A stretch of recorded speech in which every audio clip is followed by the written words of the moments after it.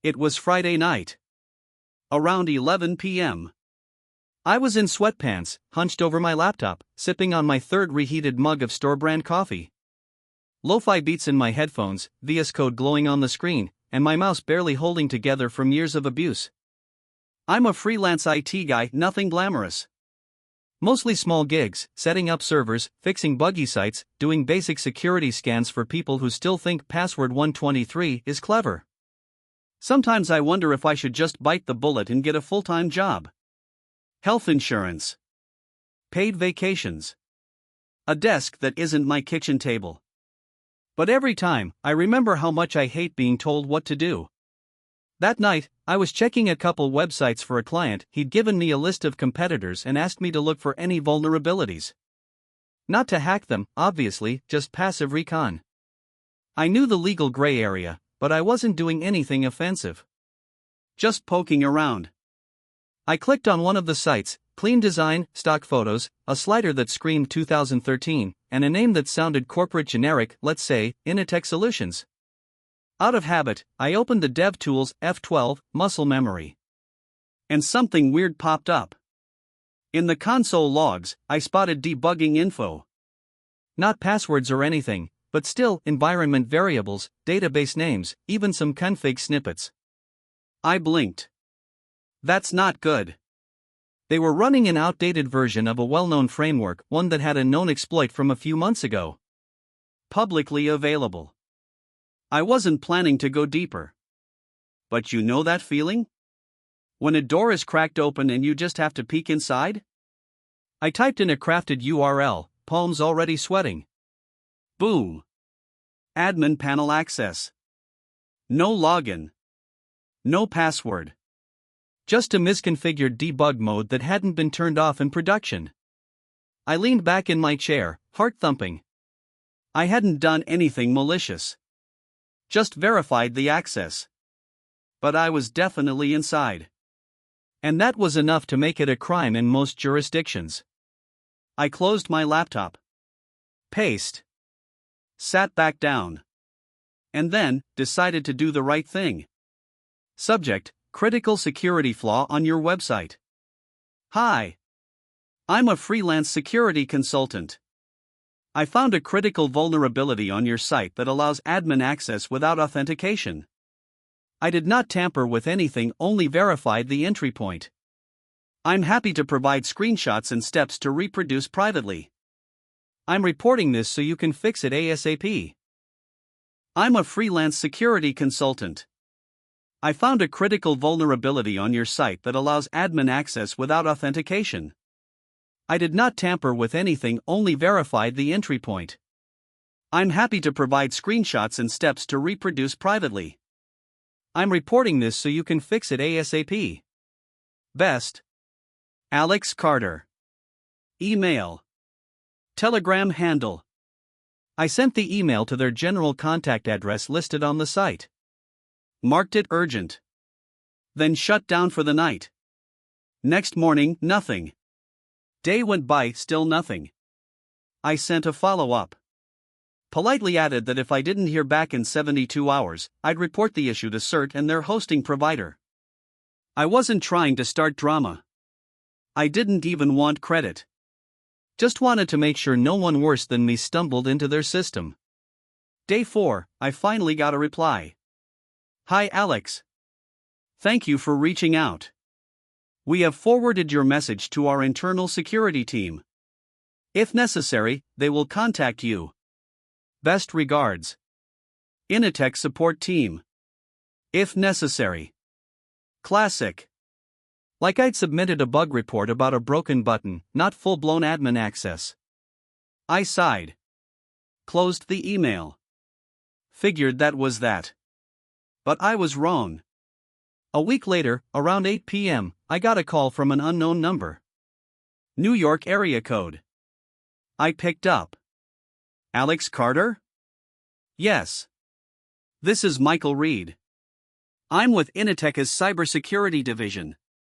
Okay. His voice was clipped. Stern. The kind of tone that says you're either in trouble, or we think you might be. You recently accessed our internal admin panel through a vulnerability. I did. I reported it to your team the same day. You performed an unauthorized penetration test. That could be considered a federal offense. My stomach dropped. I stood up from my chair without realizing. But then he said, at the same time, you didn't exfiltrate any data. You didn't attempt to monetize it. You didn't publish it. Pause. We'd like you to come in. Talk. In person. And that was the moment I realized my Friday night curiosity just turned into something way bigger than I ever planned. I still remember this feeling, a mixture of paranoia, excitement, and slight nausea. After the call from Michael Reed, the head of cybersecurity at Initech, my hands were literally shaking. He spoke calmly, even politely, but between the lines I could read a threat. Not an obvious one. More like a hint, you did something you shouldn't have done, and now we will decide whether you are a hero or a criminal. I asked. Do I need to bring a lawyer? He answered with an almost joking intonation. Only if you think you should. Well, cool. How can I sleep peacefully here? I spent the next 2 days trying to figure out whether I should go to them or not. I consulted with a lawyer I know who specializes in internet law. He said, technically, yes, you did. But given your actions, notice, no trespassing, no damage, they have no obvious reason to sue. Especially if they invite you to the office themselves, rather than summon you with a subpoena. In short, it's either a trap or a test. Or an offer. In the end, I agreed. They sent me a pass, the office address, the date, Wednesday, 10 a.m. The Initech office was not what I expected. I imagined a glass skyscraper with futuristic elevators. In reality, it was an ordinary business center on the 15th floor. Clean, strict, boring. Reception, a girl in a suit, with an earpiece. Asked for a passport. Checked the list. Called someone. Then gestured to a chair. Please have a seat. Someone will come get you. A couple of minutes later, a man of about 30 approached with a badge that read Aaron Cole, Internal Security. He was wearing a gray hoodie and had a serious face. Alex Carter? Yep. Follow me, please. We walked down a long corridor. No fuss. Quiet. Carpet. Glass doors. Inside, there was a clear corporate atmosphere, charts on screens, planning meetings, coffee in paper cups. I noticed that I was being watched. Not brazenly, but clearly. One person left the conference room and slowed down a little, glancing over. The girl at the cooler stopped pouring water until we passed by. They led me into the conference room. Michael Reed was already waiting there. He looked exactly as I had imagined, a neat jacket, gray temples, a calm, confident expression. A guy who always knows where the door is and who's standing there. Mr. Carter, have a seat. I sat down. Do you know why you're here? You invited me. He grinned. We did. But let me clarify something, accessing a protected system, even accidentally, is still illegal. Do you understand that? I nodded. Yeah. I also reported it immediately. Didn't touch anything. He leaned forward. We reviewed your access logs. You're telling the truth. But here's what's interesting, you found a vulnerability our own team missed. And you did it in about 30 minutes. He paused. He looked at me intently. Tell me, Alex, what's your background? And here I started telling, freelancing, system administration, bug bounty, pet projects. Everything as it is. No diplomas, no work at FANG, no that course on Coursera. Just hands, keyboard, and sleepless nights. He listened. Silently. Then he stood up and said, Aaron will show you around. Don't talk to anyone. Just look. Then come back here. I spent the next 40 minutes in the shadows. Aaron led me around departments, showed me open space, rooms with servers, stands with maps of cyber attacks in real time. People were working. On the monitors, Python, C++, log files, IP tables. A real security kitchen. I started noticing, in some places, a mess. Somewhere there is no logging, somewhere ports are open, somewhere authorization is incorrect. I felt it. Not as a hacker, but as a person who senses other people's architectural flaws, like the smell of something burning in the kitchen. When we returned, Michael asked only one question. Would you consider working with us? I squinted. You mean, like a contract? No. I mean full-time. Here. Office. Salary. Benefits. The works. My mouth went dry. You want to hire the guy who broke in? He smiled. You didn't break in. You proved a point. And that's more than I can say for half our team. 2 weeks after my visit to the Initech office, I was already standing at the turnstile with a plastic badge around my neck and a signed contract in my backpack. Position, Security Analyst, Junior Level. Department, Cybersecurity/Internal Audit.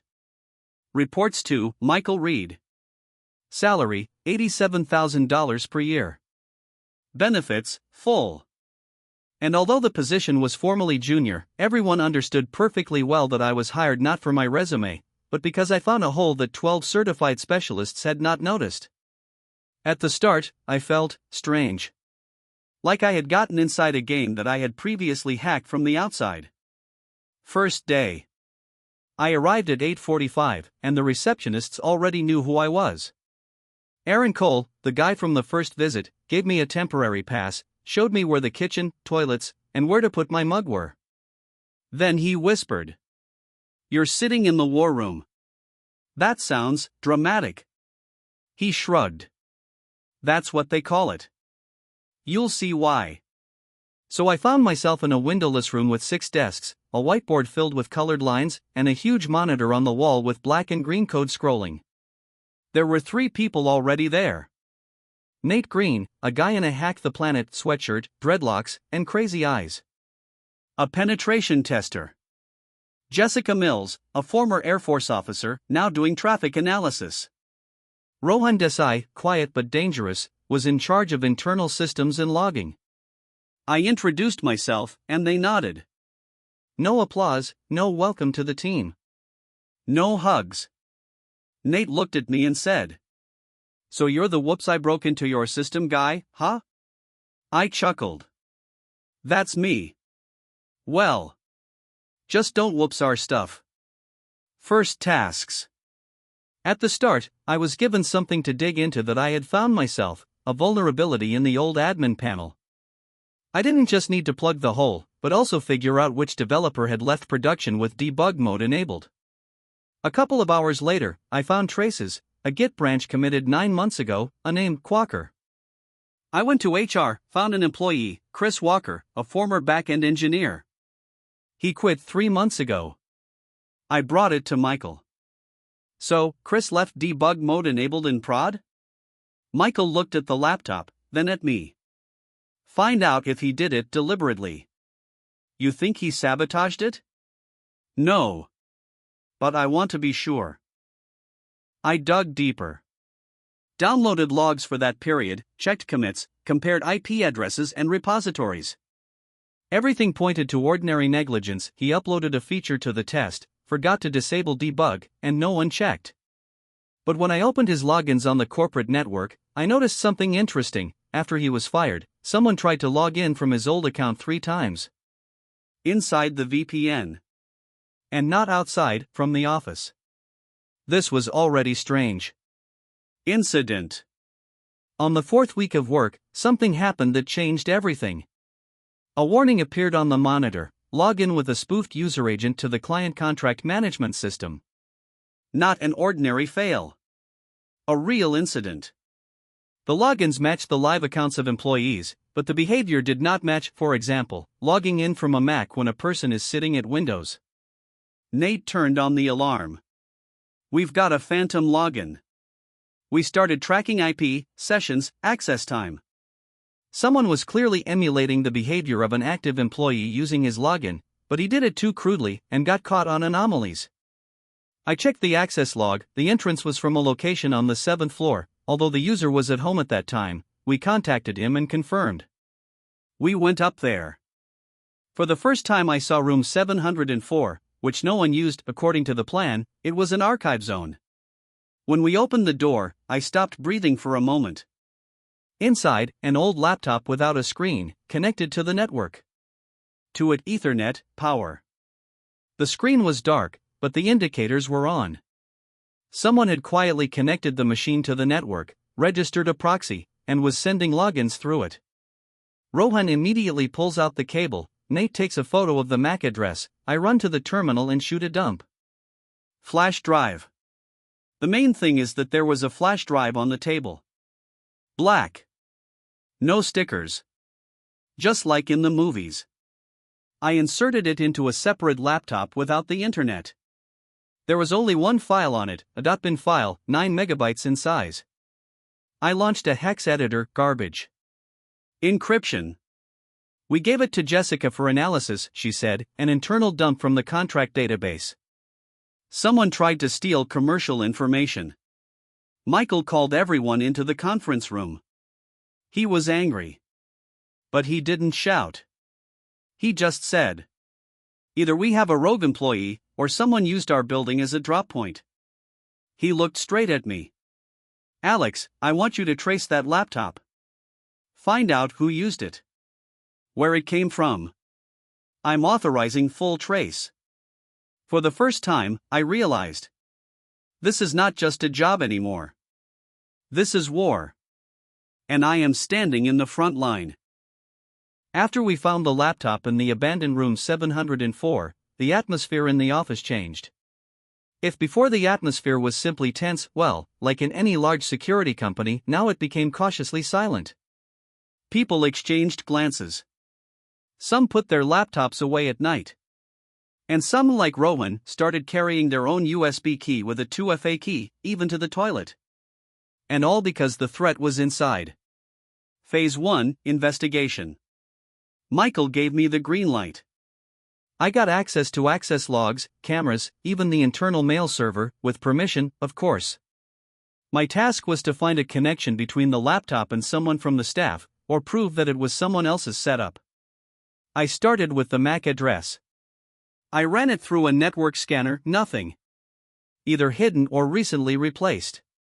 But here's what I found: the day before the incident, the MAC address was online for 17 minutes, and then disappeared. I checked the cameras at 704. There are almost no people, it's a quiet corner. But at 6:38 in the morning, one person comes up, opens the door with a master key and goes in. The camera only catches his back and a hoodie. I freeze frame. The hoodie is dark blue. No identifying marks. I look at the access logs. 704 has no assigned users. But that day, someone from the IT department made an emergency opening, like, access for technical needs. Name, T. Barnes. Phase 2, who is T. Barnes? I go to the employee's system. There are two Barnes, Tom Barnes, an IT infrastructure employee, and Tiffany Barnes, from the sales department. Tiffany has nothing to do with it. Tom, 34 years old, has been working here since 2018, seems like the perfect candidate, never late, good performance, even a certificate for excellent work 2 years ago. I ask Michael. What do you know about him? Michael sighs. Tom? Quiet. Does his job. Doesn't hang out. A little withdrawn. Could he have been in 704? By position, yes. By behavior, who knows? Phase 3, Unexpected Trace. I decide to check what Tom was doing on the day of the incident. Building entry log, 6:27 a.m. Exit log, 6:41 p.m. And now, the important thing, at 1:02 p.m., he sent a flash drive for shipment via FedEx courier, supposedly for a client, with the signature training files. I pull up the parcel ID. She went to Seattle. The recipient is D. Wexler, not an Initech client. I look at what else is in the Wexler name.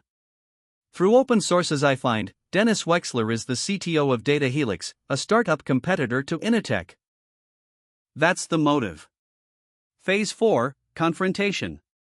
I decide to talk to Tom. I go into his office. He's not surprised. Hey. Listen, I have a couple of questions about network equipment. You're responsible for crossbars and access, right? He nods. Yeah. Did something break? No, I'm just wondering, when was the last time you used 704? He freezes. Then he replies. I don't remember. Maybe a couple of months ago. What if I told you that you were caught on camera the morning of the attack? Pause. Then he grins. So you did look at the logs after all. Phase 5, Confession. It turns out Tom worked for Data Helix. Not directly, of course. They found him on Discord, offered $50,000 for a flash drive with a sample of contracts and an analysis of the internal architecture. He thought everything was safe: an old laptop, a hidden network, a flash drive, and no traces. He didn't know that we had updated the logging system literally 2 days before. He picked a bad time to betray. I recorded the conversation. Then I gave it to Michael. Phase 6, Consequences. Tom was arrested. He signed a confession. Data Helix, of course, denied it. They said Wexler acted at his own risk. He was fired that same day. Initech's lawyers started sorting things out. I was called into Michael's office. You did good. He handed me a paper. Security promotion package. New position, lead analyst. Salary, $112,000. Bonus, $5,000 signing. Management, 2 people on the team. I walked out of the office, got on the elevator, and only then realized how hard my heart was pounding.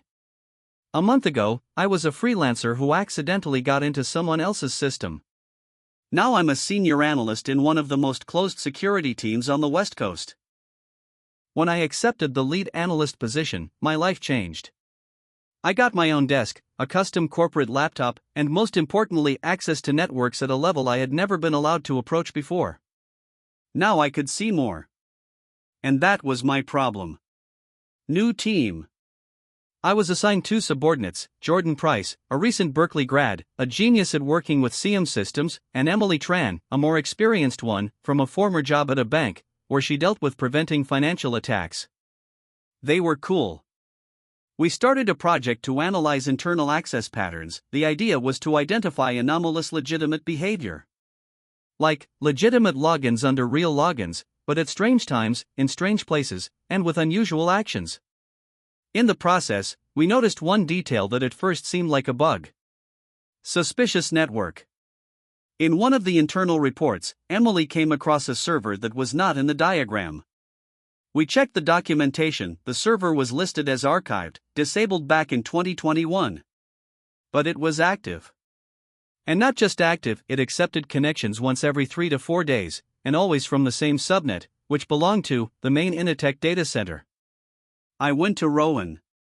Did you know about the ArchQX01 server? He froze for a second. Were you digging in Zone G? Yes. He looked at me intently. Alex, forget about Zone G, seriously. Why? Because those who go there often do not return. I thought it was a joke. It turned out, no.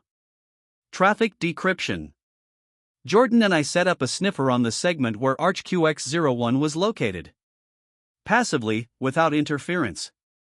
A week later, we had our first result. Packets with the procmem dump identifier were entering the server.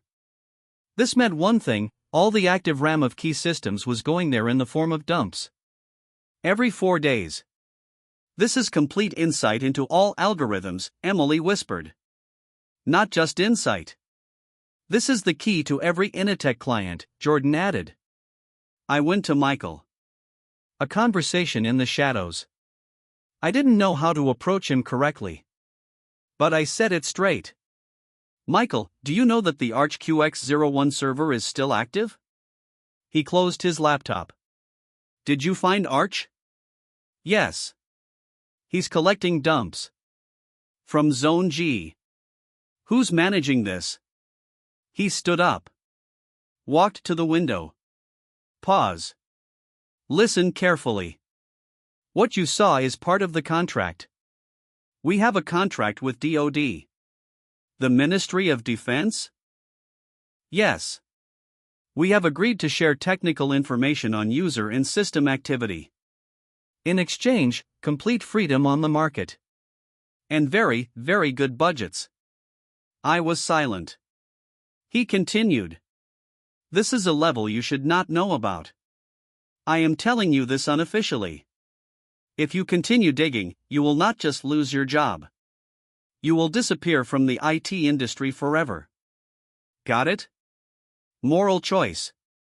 I left him and sat in a dark conference room. I sat there for a long time. I had to report this, but to whom? DoD officially cooperates. Initech does not break the law. But the clients, large banks, private funds, hospitals, do not know that their users' data is being given to government agencies. I felt like I was at a point where there was no right way out. If I told, I'd lose everything. If I didn't, I'd be complicit. A surprise from Jordan. A couple of days later, Jordan came up to me with a flash drive. I made a copy of the dump from ArchQX01. Just look at who was on it. I inserted the flash drive into the air-gapped machine. First on the list, Chase Bank Internal API. Second, Johns Hopkins Research Net. Third, Office of Senator Glenn Walsh. These aren't just users, he said. These are key political entities. Medical data. Bank encryption. He looked me in the eye. If we leak this to the press, it'll be a national scandal. That's when the most dangerous thought of my life occurred to me. What if I could decide for myself what to do with this information?